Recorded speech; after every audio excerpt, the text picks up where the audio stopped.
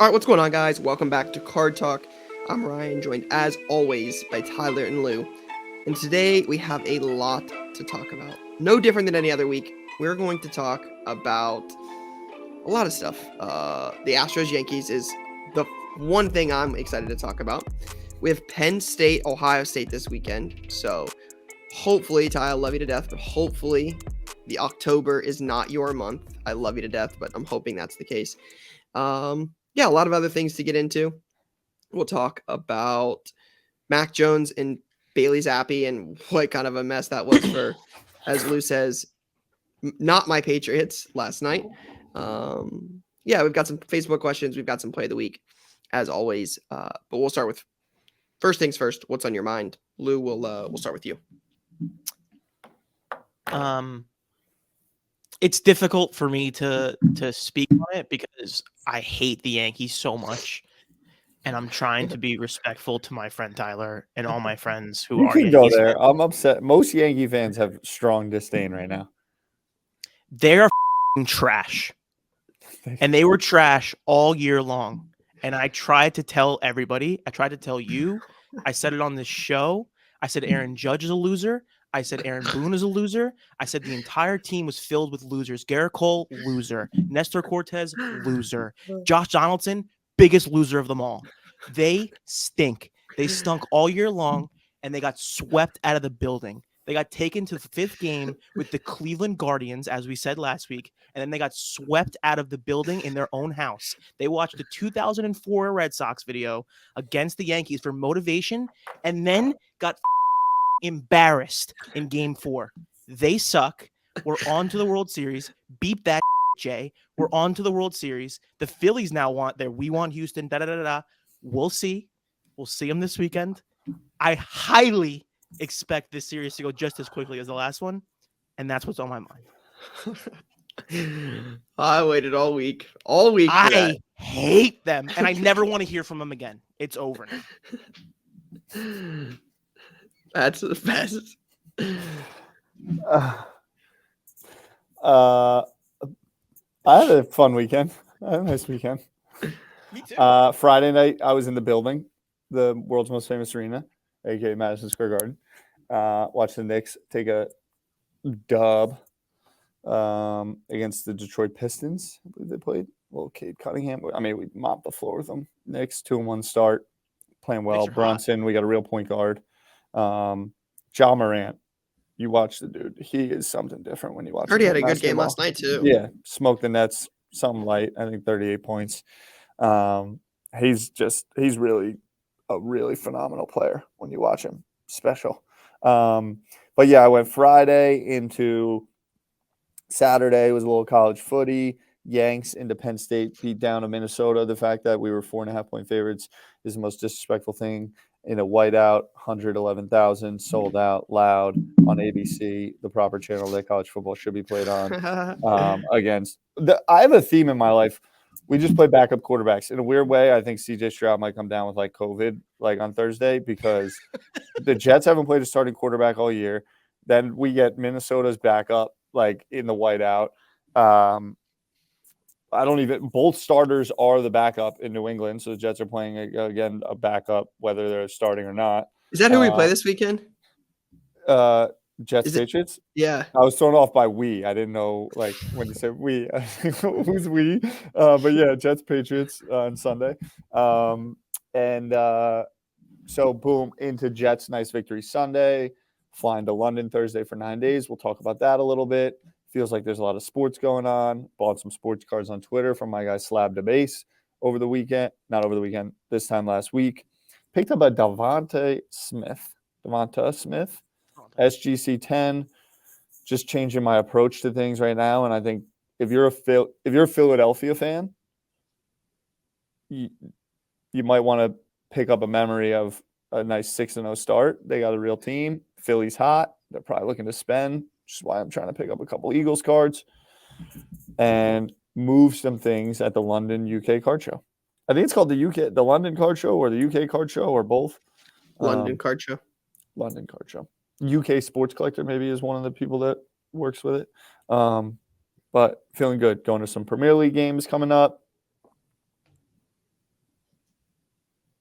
Got my Headspace mug. Do you think Mike Trout will be at the World Series who could finally say he went to a World Series or no? Big Philly guy. He is a big Philly guy, right? You're right. Yeah, the Millville Meteor. The what? Is Millville Meteor? that what they call He's him? from Melville. Yeah, Ward Millville. Melville? He was from Vineland. No, it's Millville. Vineland, New Jersey. Yeah, bro. He's a Jersey Millville Meteor. kid. Interesting. But the Yankees were frustrating. I don't really like. I think You I don't care watched- about baseball, Ty. You don't have to. Yeah, I really don't care about baseball, but like I can get up Yeah, for I a mean, Yankees game, and like Wednesday, the game 3 and game 4 were like just. glorious. I mean, Aaron Judge. I Did nothing. watched He him sucks. walk every time he played in the regular season. Like down the stretch, I would like watch the home run thing because I get the ESPN notification, throw it on, and it'd be like grind out a walk, grind out a walk, grind out a walk. My man's had 2 walks in the playoffs. Do you want to know what it was, Ty? Rizzo looks like a player. What was it? During the regular season, no one wanted him to break the record. In the playoffs, everyone said, "Oh wait, this guy can't actually hit a baseball. He sucks." So they attacked him, and that's what happened. There it is. Got it. There's what Got happened. But Bader's a real player. You can't deny Yes. that, Lou. I like He had- Bader a he lot. had I was juice. very upset that I had to hate him. He's electric. He's a player. And then Rizzo is a stud. Looks like he slimmed down a little bit and made some big hits when it mattered. Mhm. It was like refreshing to see someone hit the ball in 2 big situations, like back to back. It felt like And they weren't home runs, like like a old double time in the sake. gap. Yeah, it was like, oh, like going the other way. Like, wow, baseball Mhm. player. So that was cool. And me and Lou got into it pretty feverishly over text because Lou said Derek Jeter was overrated, which I thought was Which just he the is. most crazy take I've ever heard. He is. But we'll keep that conversation for a different day. Yeah, my phone was blowing up when that happened. What's up, my Derek mind? Jeter was like my favorite athlete of life, and for Lou to call him overrated was a triggering moment. I can for me. understand that. I apologize for bursting your bubble with that. What's on my mind? It's still Ohio State football. Thankfully, not a whiteout this weekend. This is the hard part, right? Being an Ohio State fan. You guys talked about it earlier. You joked about it, but I feel pretty confident about Ohio State's football team this year. Ohio State looks really good, right? Scored 54 points on Iowa. Had only allowed 59 all year. I felt good. Like they struggled and still scored 54 points. I'm just in the past, Ohio State's looked really good a lot of times, right? 2015, 2019. These are some great Ohio State teams. And you come up short. So I'm confident going into Penn State, but we've got such a good thing going. I don't want Penn State to burst this bubble. And it's happened before. I saw it in 2016. We're the number 2 team in the country. We go into Happy Valley. Some fluke stuff happens. And then you lose on I hate Penn State. Graham Haley will score. I hate Penn State. And thankfully it's not a night game here. It's a noon game. I fully expect Ohio State to beat the brakes off of Penn State. But you have a little bit of worry. But there's always that little bit of worry playing this is the best team we've played all year. I mean, Notre Dame was hard, but that was early. Notre Dame hasn't figured it out right. What about They Rutgers? lost to Marshall and Stanford.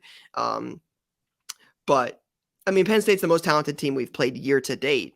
They're the closest thing to Ohio State talent-wise. So yeah, there's a little bit of nervous. Young. But yeah, I'm hoping it's 49-24.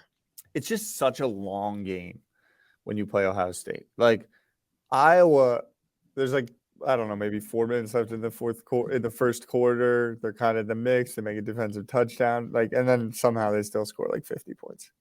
Yeah, You just have to be so good against this Ohio State team every single play. Yeah, you have to be really that's the thing is with Ohio State this year is they've done a lot of this 12-man sets, I think is what it's called, where it's there's multiple tight ends, there's fullbacks.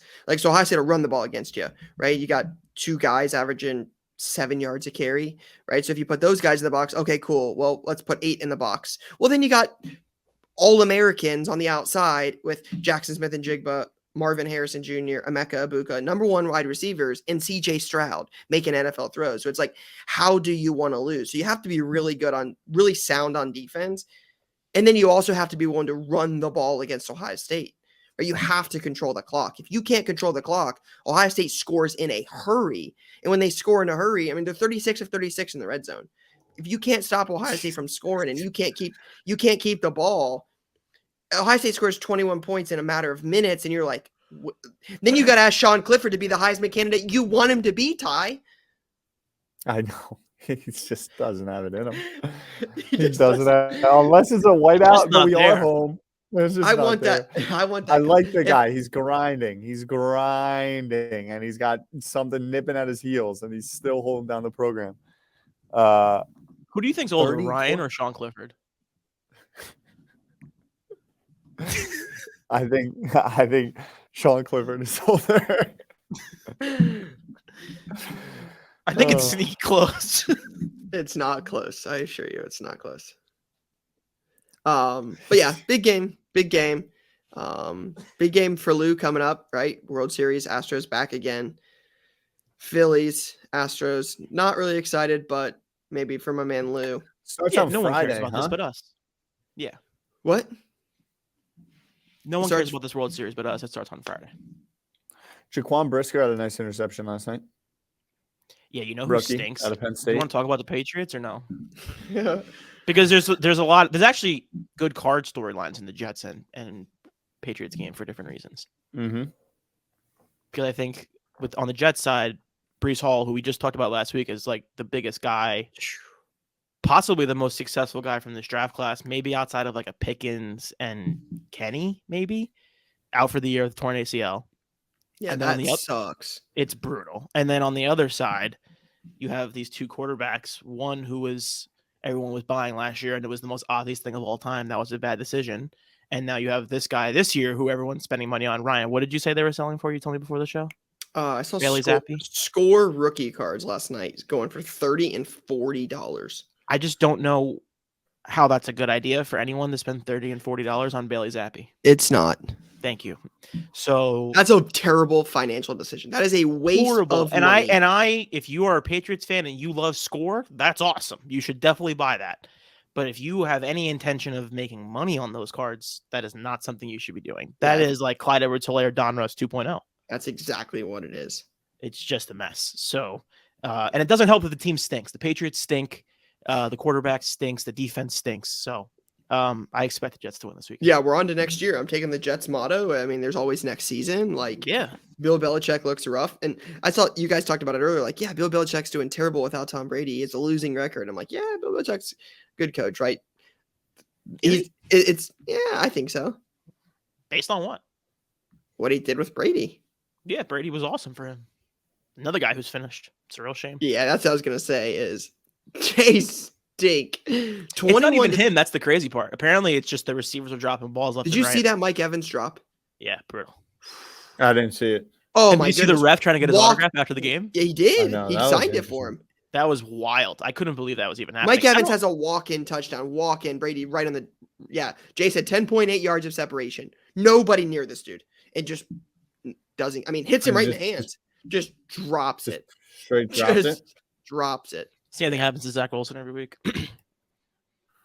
Sheesh. Yeah, it's gonna be interesting. Breece Hall has done a lot for the Jets, and that's what's disappointing, right? Is 2022. We talked about this early in the season. We talked about this so much. I remember making a comment about you're gonna need somebody outside of Kenny Pickett to do something in this class for these cards to have any value. 2022 has been so weak so far. Mm-hmm. We see Malik Willis get a little bit of time. You see Bailey Zappe selling for outrageous amounts of money. And then you see Breece Hall, you're like, okay, Breece Hall like actually looks good. He was on RB1. I mean, he was really good. He was on my fantasy team. And then for him to get hurt, that stinks. So Pickens had another touchdown again. Hopefully he does something, but you're going to need somebody from 2022 to do something. This draft class has not really done a whole lot so far. Taking a look at the Rookie of the Year odds, really the guy you want to have right now, I would say, is probably Chris Olave because he's a wide receiver, so that's at least more exciting. After that, it's Kenny Walker, Damian Pierce Yeah. and Wan'Dale Robinson. Yeah, I guess those are two I forgot. Kenneth Walker and Damian Pierce have done pretty well. Kenneth Walker's good. He's good, but it's just it's the same thing with Breece. It's like the most replaceable position of all time. Like Kenny Walker will be out of Seattle in 4 years. Yeah, I mean, 3 years ago, they had Chris Carson. That's a really good job. That's exactly right. Right. I mean, Kenny Chris Walker's best case scenario is probably Chris Carson, and like, you know what I do want to talk about? It has card implications because his stuff has definitely. We sold some this weekend when he got traded, but so that's McCaffrey. Have you seen? There was a tweet about it, and gosh, I would love to find it. Have you seen what the Niners have done with the running back position, with like their drafts and their off-season moves? No. They've spent like, oh my gosh, Jay, their whole thing is they just rotate running backs in and out. Now, they've spent a lot of capital on them. That was my point. They've spent like a first rounder, a second rounder, a third rounder. It was wild. Let me see if I can. Yeah, I mean, this is not a sports talk show, but their entire offense is based around zone run, so they need to find running backs who can do that well. Yeah, here you go. So this was by Warren Sharp. This was tweeted April in 2020, right? It says, this is what their front office has done for running backs since John Lynch took over in 2017. I'll go quick. They had 2 undrafted free agents, Breida and Mostert, right? Those guys did well. Let me see. Talks about who they draft, right? Since that time, since that tweet, they took a 3rd-round running back in 2021. They used a third round on a running back in 2022, and they used a 6th-round draft pick on a running back in 2021. And they traded all of this for Christian McCaffrey. A 2nd next year, a 3rd next year, a 4th next year, and a 5th the following year. Mm-hmm. That's how you run a football team. They got everything else. What else? I don't know about everything else. Jimmy G stinks. Well, they tried to adjust the quarterback position. The guy popped his ankle. Like, what are you going to do? You got to figure it out. Yeah, I get it. Maybe trade for Mac Jones?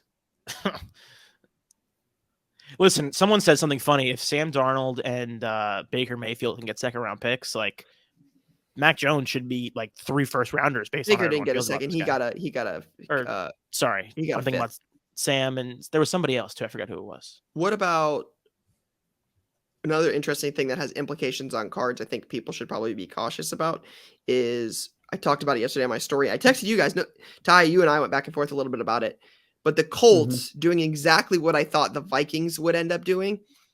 Vikings, like you said, Tyler, are probably a better run franchise. And it's just surprising to see that. I know you said Jonathan Taylor hasn't played much this year. His stuff's probably down.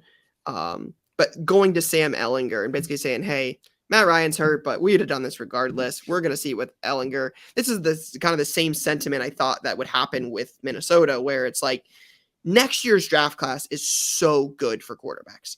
I mean, you have Bryce Young and CJ Stroud, among others. Like, those are 2 big names. Those will likely be 2 of the first 4 picks. You got to see at some point. If you're just like, hey, we just can't figure it out, like the Colts can't figure it out, I think you got to see what the next guy has to offer at some point. If you know you have a shot at one of those 2, hopefully franchise-changing quarterbacks. Ohio State quarterbacks haven't exactly shown that in the NFL. But I was curious your guys' thought. But I would get back to the point. Yeah, I like if at the start of the year, the Colts. I don't know. When I look at the Colts, I think it's easy to say that now. Something's got to give for my man Andrew Luck to just walk away from the game, right? Something's got to get like, okay, maybe there's something going on there. Then whoever's myriading around, then they bring in Matty Ice. I'm a gut guy, but like, where are you going with Matty Ice nowadays? Yeah, but you have a 1A or 1B running back. You have the best guard in football. You've got a solid 1A, defense. 1B running back really doesn't matter, just to be super clear. Who's the single best running back in the NFL? I mean, everybody's healthy. I'm taking Taylor. I mean, Henry's up there. And it doesn't really matter that much. Yeah, let's not get carried away. I mean, he's had some crazy good games so far. People that know the NFL would say running back's the most replaceable position in the league. So I'm not saying it's not replaceable, but it doesn't hurt to have the best one in the league. Again, I agree it's replaceable. I'm not arguing it's replaceable, But I'm also not arguing that, like, yeah, just because Jonathan Taylor is replaceable means we should have Matt Breida instead. Like, those are not the same. My point was the Vikings and Kirk Cousins are in a far different place than the Colts and Matty Ryan were. The Vikings run a well-oiled franchise. I am slightly biased based on certain relationships I have with those folks, but they, for a long period of time, have run a nice franchise up north, except for the fact when they lost like 5 Super Bowls in a row way back when. Purple People Eater is one of the great nicknames. For you to think that anything other than Matt Ryan getting benched 7 games in was going to be the outcome is crazy to me. Kirk Cousins is different. I think Kirk's got 2 more years, and then they'll start maybe drafting someone and do it properly, where they give him a nice 18-month runway, and then they bring him in.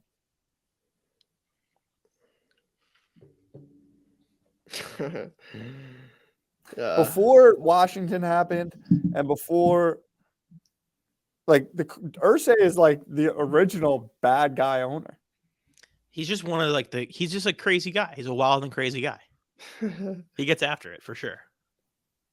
But I think the point in all this is I would be cautious on Sam Ehlinger stuff. Most definitely. Sam Ehlinger is getting on 404 tutties. Yeah, I would just be cautious. Right? Like, they're going to want to see a lot out of Sam Ehlinger to go forward with Sam Ehlinger as the future of that team.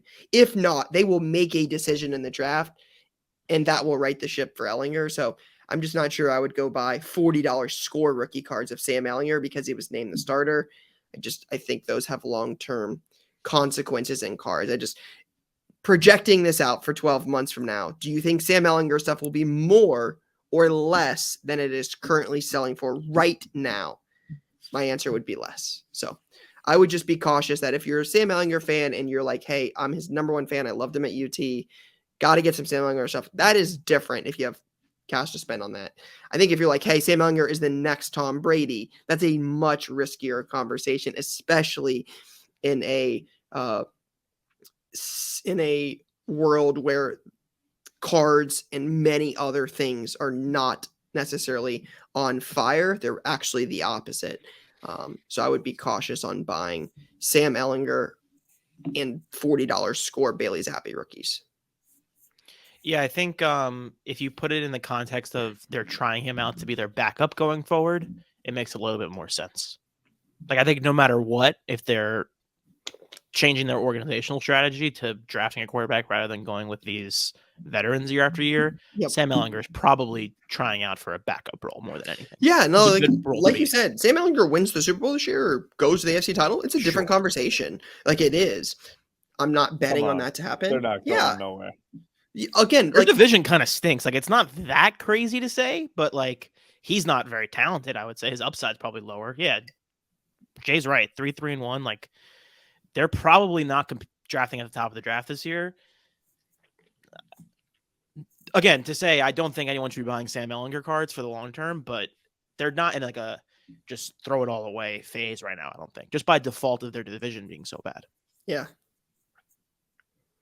All right, let's get into some Facebook questions. Jason, we've got a couple of them ready. Dom says, "What's Tyler's plan for London? Let's grab a pint." Oh, I'm into it. So, my plan for London is going to the show, likely both days. Going to some Prem League matches, Fulham, Everton, and Arsenal, Nottingham Forest as it currently stands. Wednesday, a week from tomorrow, Wednesday, November 2nd, I'm looking at putting on a little 1:37 p.m. happy hour while we're over there. So Dom, hit me up on IG, DM, and I would love to grab a pint. I'm staying the first half of the visit in Kensington on the west side, second half of the visit in Shoreditch on the east side.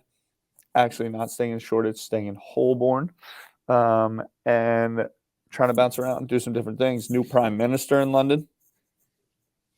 A lot happening in London.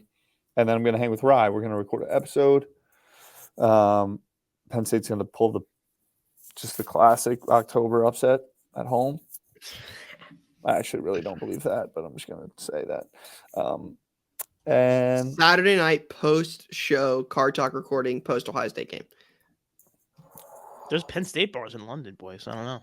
for sure, there's Penn State bars. There's Penn State everywhere. I don't know about Ohio State. There's definitely Penn State bars. Yeah, definitely Penn State bars. Okay. There's biggest alumni network in the world. Good for something over here. Up. Maybe we don't average 45 a game, but I think it's 49, but yeah.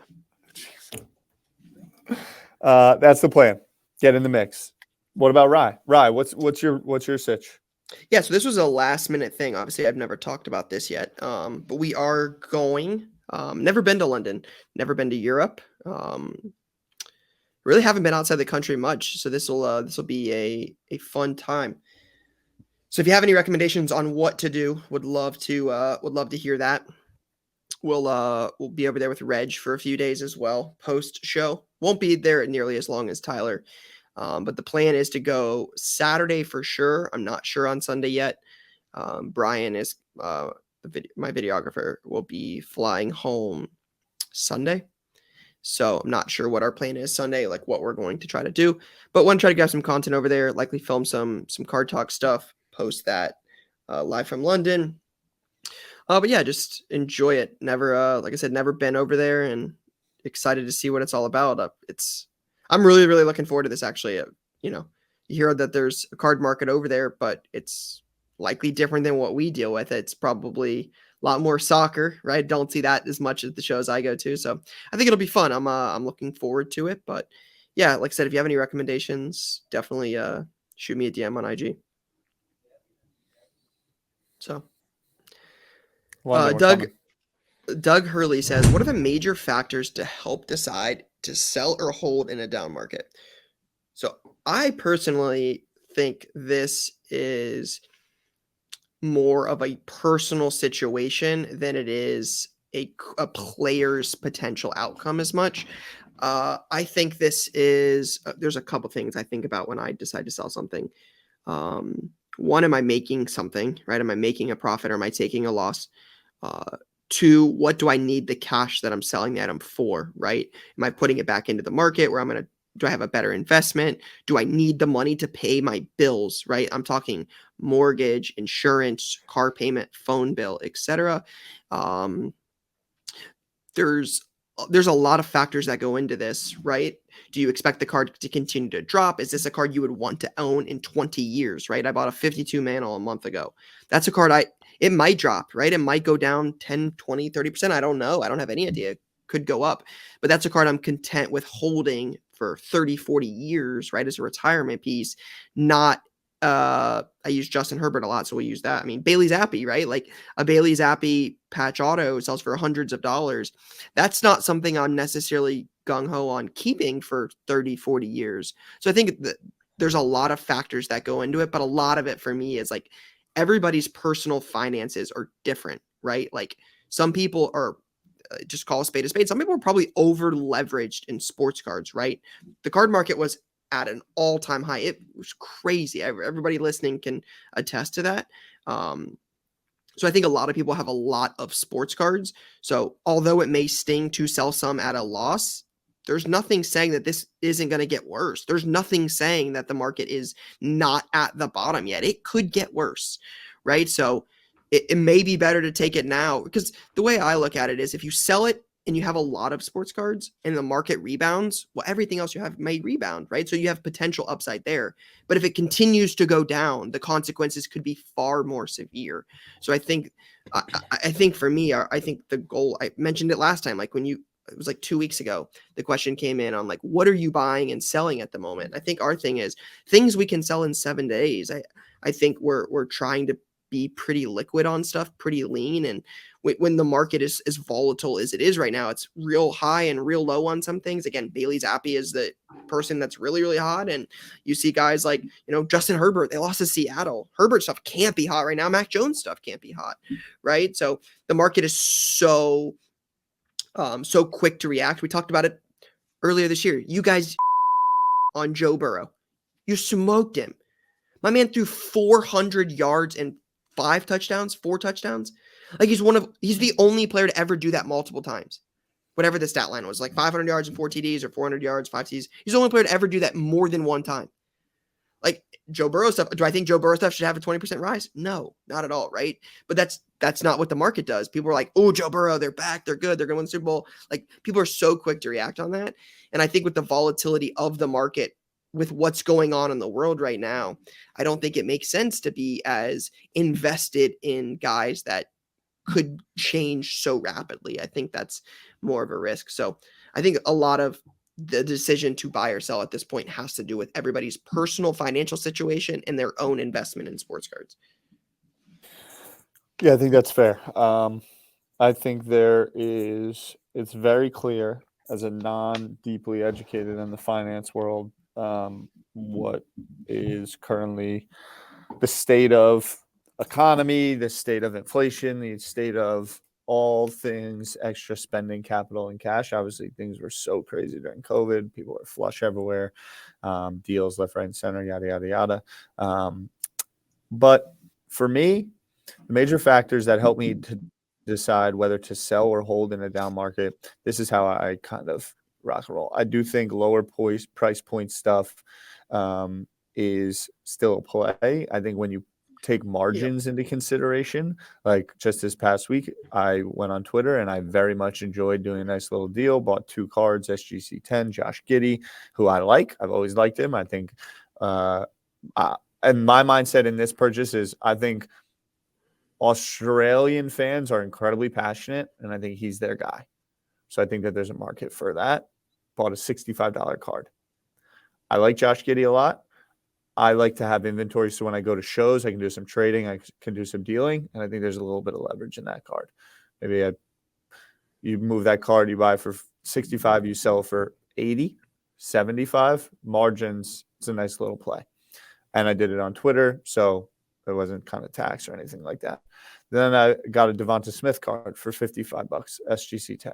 Eagles on fire, right? So for me, this is also a hobby, right? Is $10 changing my life? I'm in a grateful position that no, it's not. But to be in the mix, to be able to do some deals, connect with people, exchange some stories, that's how I'm thinking about these things. So for me, I bought 2 cards recently that were predominantly around me staying active in the hobby, me being able to engage with some more people, support someone that's selling stuff. That's how I think about. I'm in a lucky position that I can have a little bit of excess capital to do that. I'm not buying $400 cards. I'm not coming at it from $700 cards. I'm not really thinking about that. If I was, those are things that I'm collecting. What I think is really fun right now is that we should be thinking back to this as a hobby. Collecting, engaging, having fun with people, being sport fans, and having insights and intuitions that can be also put into business and other things in other areas, right? Yep. So that's what I'm thinking about. How do I factor if I need to sell? Is real life stuff. Like if you need money for things like your rent or home situation, food, maybe you have a ton of things, cards that you've acquired over time, and Christmas is coming and you want to get some gifts for your family or stuff like that, and you have to make decisions to sell some things to do some other things because those things will make you happy. That's how I would think about it. Otherwise, I think that we need to have a long-term look, a long-term outlook on where things are going. We need to be patient. We need to think about in 4 years, if and when the economy is in a stable position, or this is in the past, just like March 2020 was over 2 years ago, will I be upset? Put it under your bed and hold on to it, right? There is a lot of panic. There is a lot of doom. There is a lot of Facebook's down 60% as a stock from its high in this year alone, right? Holy One of the cow. behemoth innovative American companies, like it's everywhere. But I think the thing that people do need to do is take a deep breath. Life will continue to move forward. If it's money that is greatly impacting your safety, health, etc., we don't need stuff. Agreed. If it's not, take a deep breath. Enjoy it as a hobby. Enjoy it as a hobby, and this too shall pass. Yep. Yeah, my entire sentiment is what Tyler just said. I was going to go into that, but take a deep breath and chill is my general statement. Yeah, I think at times it's everyone is under an immense amount of, whether it's stress or anxiety or handling all that's happening in the world, however they may be, still even from the last 2 years of COVID, because I'm dealing with all this stuff myself. Everyone's got a lot of pent up stuff right now, and we should be thinking about this hobby and sports cards and even being able to do this podcast as a release, as entertainment, as fun, Mm-hmm. and a little Yep. bit more lighthearted, because It's not that obviously serious. there's a lot of heavy things going on. And whether it's, we're talking about, you have sports cards and you need to sell them because you need money to fund living and eating and like mental health and clarity, yes, you should do that. Yeah. I would If be it's not aligned that, with take a step back and let's enjoy this and think about this as a hobby. This stuff has gotten very ridiculous, prices on boxes, all of that, but you can still dumb it down. And cards are selling for $20 on eBay, left, right, and center. And whether it's you're a Patriots fan and want to laugh about the memory that you'll remember when Bailey Zappe came in and was benched and you weren't sure he was a backup and want to spend $20 to put that on your desk for the next 8 months, that's what that card can do for you. Yep. Cody says, with the impending transition to Fanatics and the uncertainty surrounding that, does options like Pokemon or Upper Deck licenses, etc., become more attractive given their comparative stability in the near future? No, I I don't- don't think that has any impact on I would agree. how I do things. The Yeah. cards are the cards. Like, Yep. I think people are trying to make more of that than there actually is. Like, if you want to buy hockey, you buy Upper Deck. If you want to buy basketball, you buy Panini. That's Yeah, and I just don't think it's fair to say that like Fanatics, like there's uncertainty around Fanatics and that transition's going to be tough. Fanatics is a huge business. They're going to figure out how to transition with this stuff. They're going to have things in place. I have no. Go ahead, Lou. there will be speed bumps, but that's just how it goes. Yeah. It's going to be a learning curve, I'm sure, but I'm confident these things will get figured out in time. And I think it's also important that like it's going to be figured out to like how Fanatics wants to figure it out, maybe not how every single person in cards wants it figured out. Like just because you don't like it or we don't like it or somebody doesn't like it doesn't mean it's not what Fanatics wants, right? Like how they're going to do, how many cards they're going to produce. Are they going to add sets? Are they going to remove sets? What's redemptions going to look like, right? I saw Ruben said something about like removing redemptions. Like I think there's a lot that goes into it, but it's going to take time. And I don't think that taking time to figure it out adds anything to Upper Deck or Pokemon. I don't think you're going to see much change as that transition happens. I think it's going to be a lot of business as usual until Fanatics gets a lot of things under the belt, and then it's just going to be more Fanatic driven. We'll see. Mm-hmm. Adam James says, with Wembanyama's recent play and the hype surrounding the future number 1 pick, when will be the best time to buy his cards? But this is hard because what are you trying to gain from his stuff, right? The first cards that come out will sell for a fortune. If you believe he's going to be the best thing ever, like the next LeBron, then yeah, maybe his stuff is a buy at the beginning if you think he's going to be the best thing ever. But let's not kid ourselves that if Victor Wembanyama has cards through any of the card manufacturers and has a deal, his stuff will not be rare. It will be widely available. There will be tons of it, right? It's like a Bailey Zappe scorecard. There will be some things that will be rare, right? Prism golds and TRPAs, and those things may have value, but those things are going to cost a lot of money. I'm not sure that there's a right answer on when to buy his stuff. Like, there's just so much. Yeah, I don't know. I don't have a really good answer on when to buy it. Like, it just seems like the cost of entry is going to be so expensive, and the expectations are so high.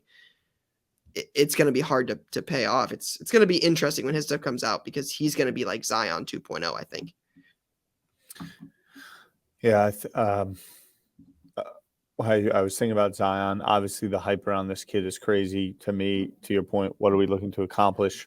If you're looking to make money off of Wembanyama, I would say there's going to be a lot of people looking to do the same.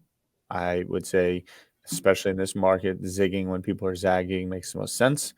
I'm not sure if we think about Zion and all the hype that Zion had, and you think about where Zion is X years into his career, and Bol had a career night last night against the New York Knicks. Summer League career MVP. night. He was making plays, by the way. Career night. I would just be thoughtful. Like, when will be the best time to buy his cards? When he's in the Hall of Fame. But yeah, or collect and then sit on it until he's in the Hall of Fame, right? I mean, maybe a worn jersey in France is the play, right? But like, I think that there is an immense amount of luck that would be involved in making short-term money off Wembanyama, and to me, that would look like hitting a big-time pull in a product. Or getting something exclusive off Panini, like a Panini Instant, or like Panini Rewards, something they do where it's like, hey, not everybody has access to this. It's like a first come, first serve. Like, you got to be quick on it. I think there's opportunity to make money there if it's underpriced.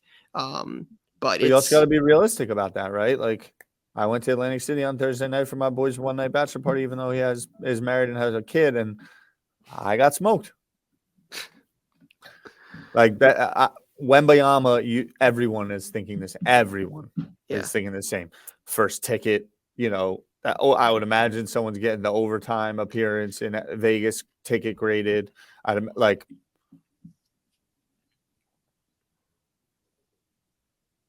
Every single aspect of this kid's career is going to try to be collected and latched onto for profit. So, like you guys are saying, unless there's a drop where you have a limited opportunity to get something and you're the first one in and you happen to be able to beat the bots on Panini's website and get something, like, it's going to be a while is the right answer before you can make money on a card. So I think I also wouldn't think of it that way. Like, that's the wrong way to consider it.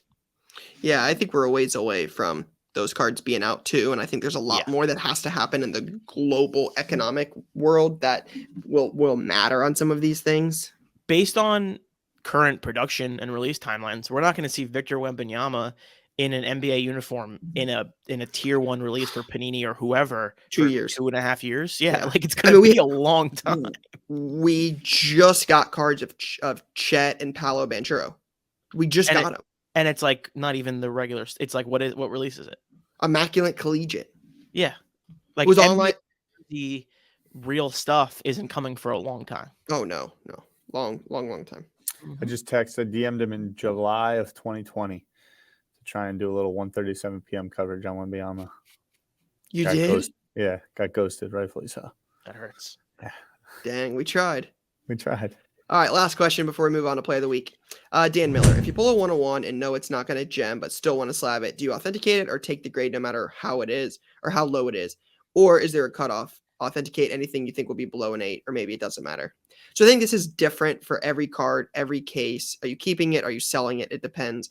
Personally, when I slab stuff, I would prefer an 8 or higher. Mm-hmm. If I want a number grade, I would anything 7.5 or lower, I would take an authentic. That's me personally. Everybody's different. I think that's typically the cutoff for resale value as well. I think 8 is where you're like, hey, we're not going to get crushed on versus raw price. I think anything less than that, it just makes sense to have it authentic. Yeah, it's very set specific. We were also talking about it in the Player of the Week winner chat this weekend. That's funny. I said like 7, like a PSA 7, I'm okay with. But like a BGS 7, I don't think I would be okay with. So it's like one of those weird things where that's like the borderline 7, 8. Ty, you have any preference? Don't really. I've never pulled a 101. I hate authentic. That drives me nuts personally. But I have what I was just thinking about is the World Cup. I have some Mason Mount. I have a Mason Mount 101. I'm really excited for the World Cup. I'm really just excited to watch the World Cup. England, USA, day after Thanksgiving is going to be electric. That's Thanksgiving, Black Friday in shop, the World Cup, England versus USA, and Ohio State, Michigan in a 72-hour period.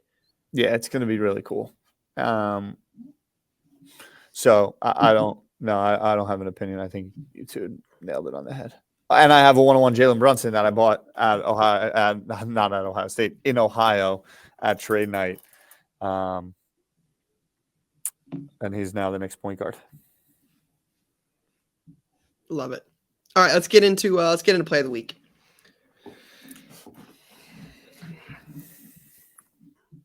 All right, got a big one here. This is from Ruben in the shop. In March of 2021, a couple months after getting back into cards and finding your podcast, I submitted some cards to PSA from my childhood collection. MJ, Kobe, Duncan, and this 2000 Topps Gold labeled Jam artist KG. Garnett was my PC as a kid, but as a diehard Laker fan, KG is now synonymous with Boston, so the card had to go. The card was pulled from a box I got at Frank & Sons over 20 years ago. Fast forward to June of 2022, and my childhood cards were back from PSA. Surprise, surprise, the KG came back as a Jemmy. It's a pop 2 with only 33 graded. I listed it high, hoping to field offers. The other PSA 10 sold at auction for $130. I fielded lots of offers, ranging from $80 to $130. Multiple from a single buyer who refused the idea of paying higher than the previous comp. Luckily for me, someone else came along. I couldn't click fast enough when the offer of $220 came through. While stubborn pricing is not a great game plan, some cards buck the trend. Yeah, low pop. It's a cool KD card. I don't think I've ever seen that card before. So Yeah, I think it is a cool KD card. you Shout out stick to Ruben. your guns. Shout out Ruben. I do think we have to point out that this was sold via promoted listing, which does take some sort of a percentage. So the cost of we see that all the time on here. Yeah, we do. So it's good to see that it works, but it definitely costs more to sell. There's some sort of fee there. I think you can set what the fee is. But yeah, I mean, that's a significant amount more. I mean, it's so funny to me, like promoted listings, just the way that I consume. Like I immediately just buy. Like I don't look into promoted listings because I'm like, it's like a gotcha. In the same way that I think sponsored content on Twitter, even though like I'm in kind of that business at times. But yesterday I saw a promoted Instagram from some kid that had like 700 followers that shot DeAndre Hopkins comeback video that was actually fire. And I reached out to him. I was like, nice work on that whole thing. My main takeaway from this is that because KG was now synonymous with Boston and he's a Laker fan, he had to sell it, which I so respect. And also brings me back to the fact that Jason Tatum wore a Lakers armband during a Celtics playoff game last year, and it annoyed me so much. That's my takeaway. Not only did he, never mind.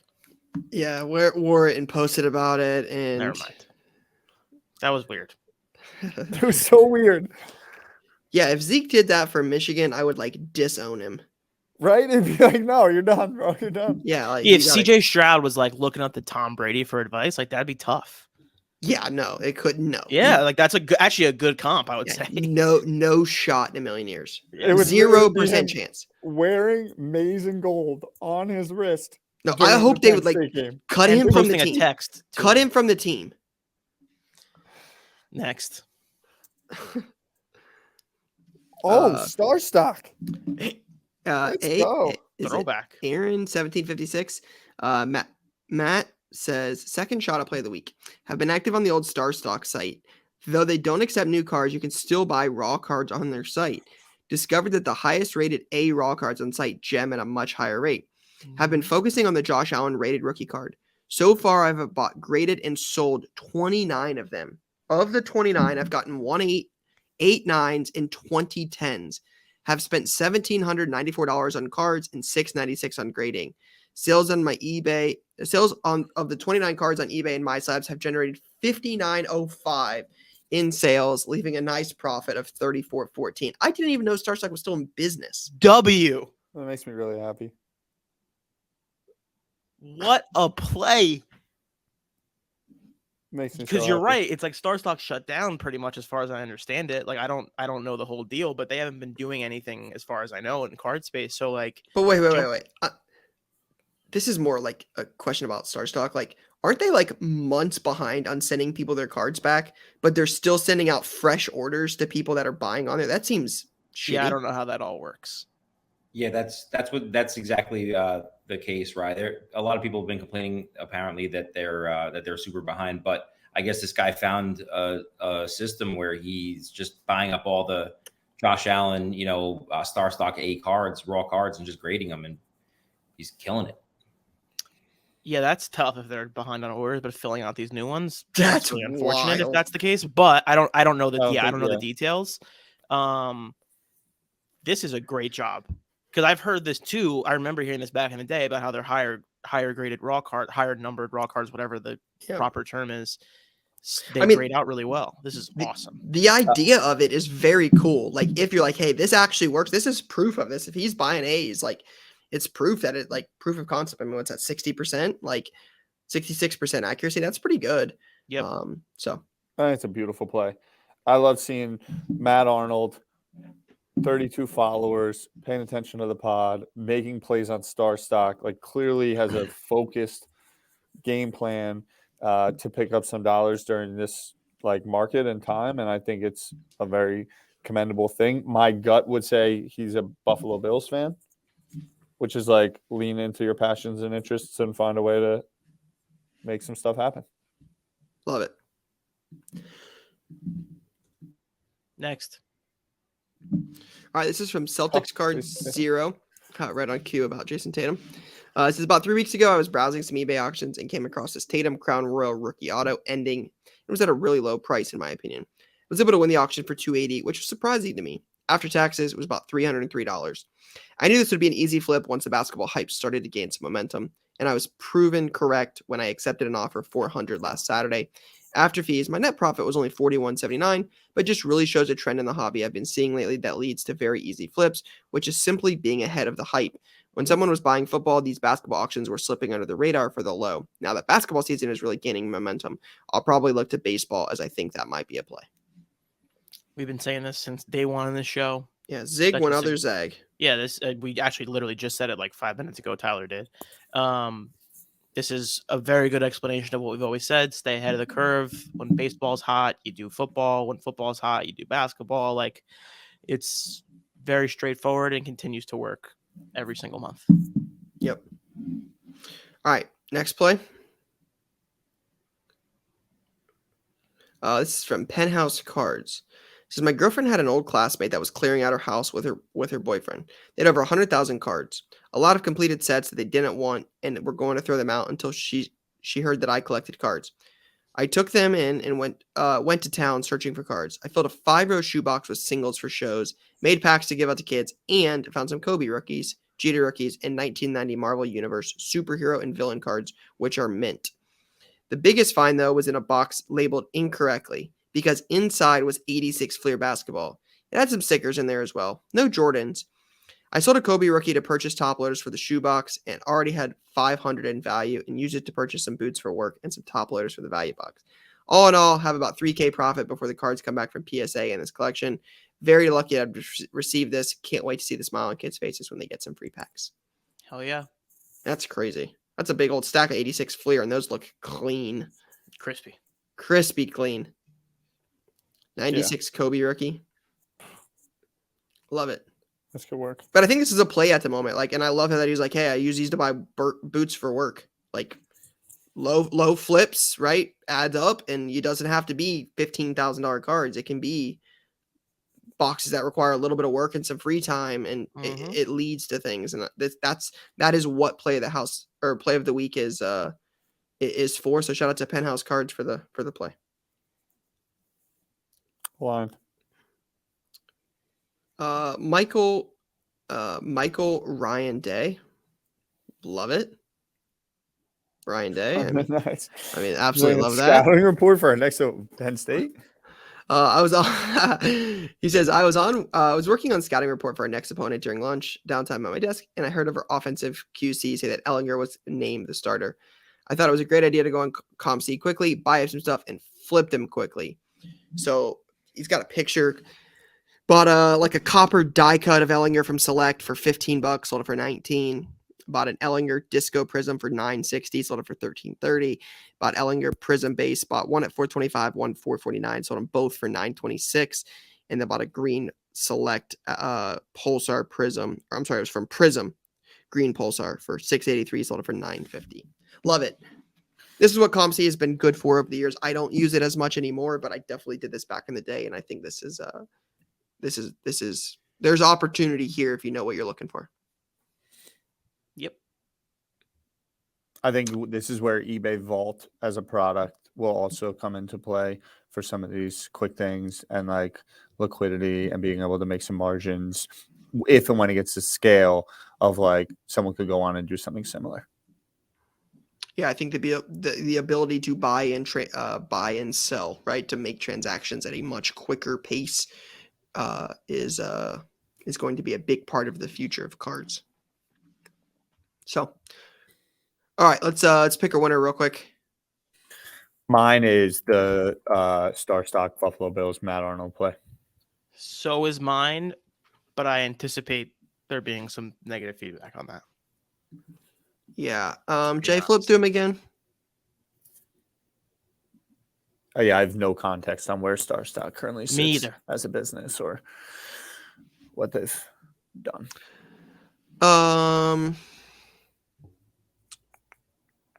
There's a lot of them. I'm going to go with ComC. I like the ComC play. I like the, hey, this happened, make transactions quick, right? It doesn't have to be $1 million. There's a lot of them here. I like the Penthouse Cards one. I think that one's pretty good. Mine would be the Ehlinger one, but 2v1. So we'll go with the Star Stock one. So sweet. Matt Arnold. Good work. Congrats, Matt. He's an Ohio State fan, by the way. I went on his Instagram. We are. Cool. Bye, Ty. Love y'all. See you. All right, so Ty has to go, but Lou and I are going to wrap this up here. We've got to do play of the week, or I'm sorry, new releases. Got a couple things releasing this week, Lou. It's actually it's not a bad little month here. We're getting some new products. Starting to get 2022 football in. That's Black football. Panini Black drops this week. You also have a big one in basketball. You have Select Basketball, but that talks to your point about Victor Wembanyama. Because we're getting Cade Cunningham, Evan Mobley, those guys, Scotty Barnes, right? We're getting their rookie stuff in the next season. Yeah. So 2024, we're talking about Victor Wembanyama, right? Yep. So Select Basketball, Select Draft Picks Football, right? Standalone product. It's coming this week. Would love to hear Tyler's opinion on this because I know he grew up around it. But Topps Premier Lacrosse drops this week. Oh, interesting. Yep. That's cool. Wild Card Matte mega boxes. You've got TriStar Hidden Football mini helmets. You have Leaf Multi-Sport Solo Pack, Panini Chronicles Baseball. You have Ultra Premium Collection for Sword and Shield Pokemon. And then you've got Topps Update Series, Hobby and Jumbo. And a new Yu-Gi-Oh! Saga of Blue Eyes White Dragon structure deck. So a lot of stuff this week. I think select basketball. You've got a 2022 football, pro and college. Yep. I think this is it's going to be a big release. So excited for some of the football. I think it'll be interesting to see what the basketball does a year later. But yeah, good week. Lou, real quick before we go. Yes, sir. Your prediction. 2 predictions. How the World Series is going to end, and who's winning Ohio State, Penn State. Last year I really hurt myself with the Astros prediction, so I'm just going to say Astros win the World Series. That's all I'll say. Even though I think it'll be quick, but that's how Astros win the World Series. And then Ohio State, Penn State. You said, what was your prediction for the score? I think it's 15.5 is the total. I said 49-24. Yeah. And it's at Ohio State? It's at Penn State at noon. Oh, that's tough. I'm going to go with Ohio State in a breeze because they got worked by Michigan. So I would anticipate Ohio State doing the same thing. Cool. I like this guy. This guy right here. All right. Hopefully that's what happens. We'll have some bonus content coming from London this week. Enjoy. But that's all we got for now, guys. See you guys next time.